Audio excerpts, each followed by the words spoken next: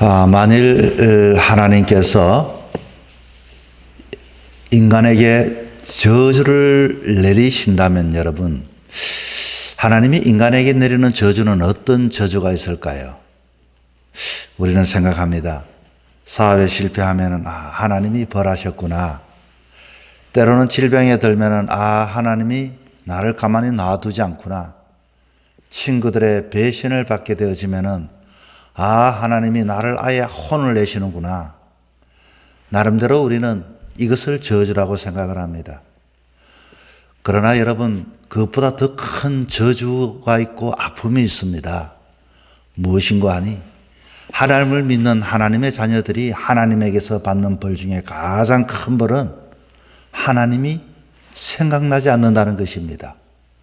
내 마음속에 어려움을 만나도, 내 마음속에 기쁜 일을 만나도 하나님 앞에 감사할 마음이 없고, 그리고 하나님이 생각나지 않고, 그런 인생이 있다면 그는 아마 하나님에게 저주를 받은 모습일 것입니다.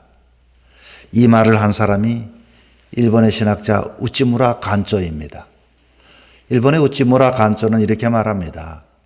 하나님께서 만약에 저주를 인간에게 내리신다면 가장 큰 저주는 우리 인생에 하나님이 생각나지 않는 것이다. 그리고 감사가 없어질 것이다. 여러분 어떻습니까?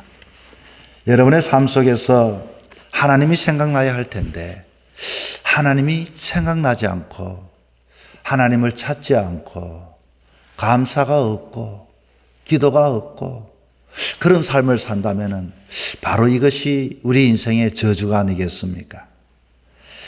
우리 인간의 삶 속에서 메마른 마음으로 정말로 인간이 나를 창조하시고 나를 만드시고 살아계시고 역사하신 하나님이 아무리 도무지 기억나지 않는다면, 그 하나님을 구하지 않는다면, 그 하나님이 생각나지 않는다면 여러분, 그 인생은 어쩌면 호흡만 하면 생물체지 인간이 인간으로서의 모든 것을 빼앗기고 잃어버린 인생이 되어질 것입니다. 그러므로 우리는 늘 언제나 하나님을 기억해야 합니다. 하나님을 생각해야 합니다.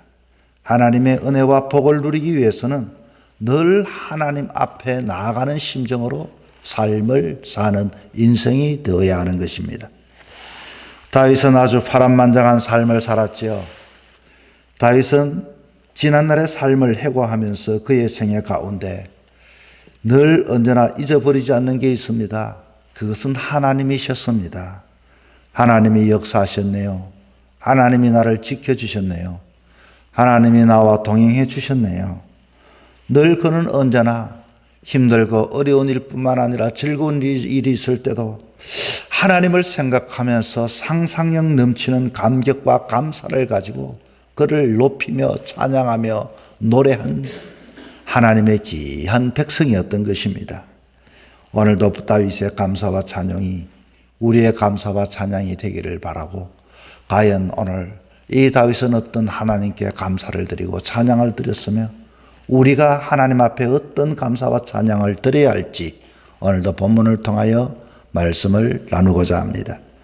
첫째는 다윗은 살아계신 하나님에 대한 감사와 찬양을 잊어버리지 않았습니다. 먼저 47절입니다.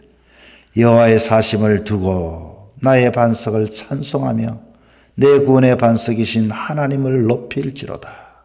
여호와의 사심을 두고, 다윗에게 하나님은 어떤 분이셨습니까? 다윗에게 하나님은 살아계신 하나님이셨습니다. 다윗에게 하나님은 어려울 때마다 구원해 주셨던 하나님이셨습니다. 하나님은 하나님께 감사와 찬양을 받으시기에 충분한 그 이유는 지금도 그분은 살아계신 하나님이십니다. 지금도 그분은 어떤 상황 속에서 나를 일으키시고 나를 구원해 주시는 하나님이라고 다윗은 고백하고 찬송하고 있게 되는 것입니다. 여러분 어떻습니까? 오늘 이 하루의 삶을 살아가면서 우리는 기쁜 일도 있지만 힘든 일을 만날 때 과연 누구에게 도움을 구합니까? 과연 내가 이렇게 일이 되었으면 좋겠다 기대를 가지며 이렇게 고백을 하고 있습니다. 민족들로 나를 복종하게 하시고 악한 자들, 주변에 있는 강성한 자들, 그들로부터 나를 막아주시고 나를 위한 하나님이셨다. 그리고 나를 강포한 자에게서 나오게 하셨다. 아마 강포한 자에게 우겨쌈을 당했던 것 같습니다. 아마 우리에게도 그렇죠.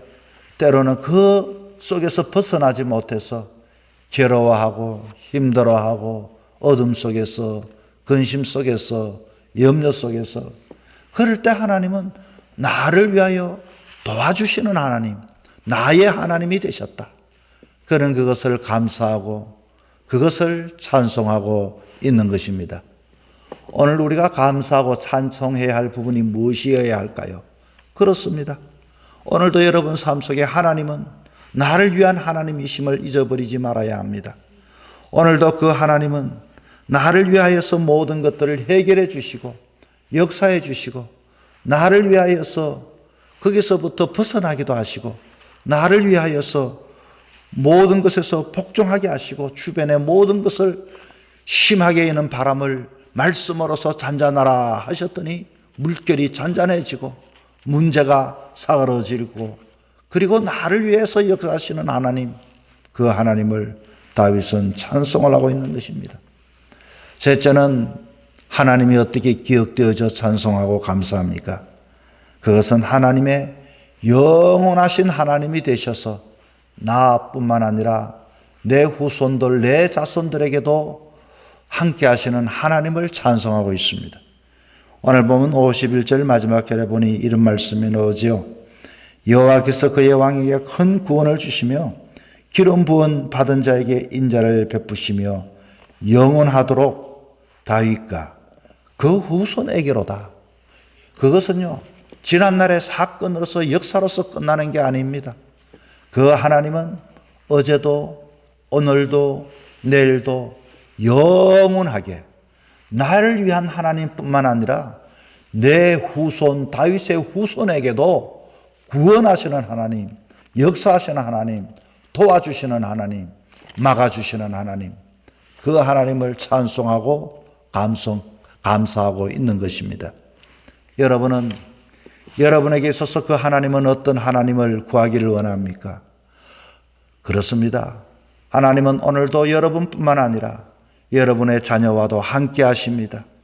여러분의 삶 속에서 영원하도록 하나님은 구원하시고 지키시고 돌봐주실 그 하나님을 다윗은 감사하고 찬송을 했습니다. 오늘도 우리는 한날을 살아갑니다. 여러분, 이 한날 속에서 너무나도 힘든 문제 속에 갇혀만 있지 말고 문제를 만났을 때, 어둠을 만났을 때, 힘든 일을 만났을 때, 문제 앞에 갑자기 세워졌을 때 꼭 하나님을 기억할 수 있기를 바랍니다. 그리고 그 하나님은 어떤 하나님입니까? 다윗처럼 감사하고 찬송할 수 있기 바랍니다. 그렇습니다. 하나님은 살아계신 하나님이십니다. 그 하나님은 살아계셔서 역사하시고 구원해 주시는 하나님이심을 내가 믿습니다. 다윗의 하나님이 되셨던 하나님, 오늘도 살아계셔서 나의 하나님이 되어 주시옵소서. 그 하나님은 나를 위한 하나님, 이 문제를 해결해 주시는 하나님, 그 모든 세상에 그 포악한 자들을 잠잠하게 하시는 하나님, 문제를 조용하게 시키시는 하나님, 문제를 풀어주시는 하나님, 해결해 주시는 하나님, 그 하나님은 바로 나를 위한 하나님을 내가 감사하고 찬송합니다. 그 하나님은 영원하신 하나님이 되시되 나뿐만 아니라 내 자손에게도 구원을 베푸실 하나님을 향하여 오늘 이 하루도 감사하며 주님께 찬양을 드립니다. 여러분, 오늘 이 하루도 그런 하나님을 기억하며 그 하나님께 감사하며 찬양하는 귀한 날이 될 수 있기를 주의 이름으로 축복합니다.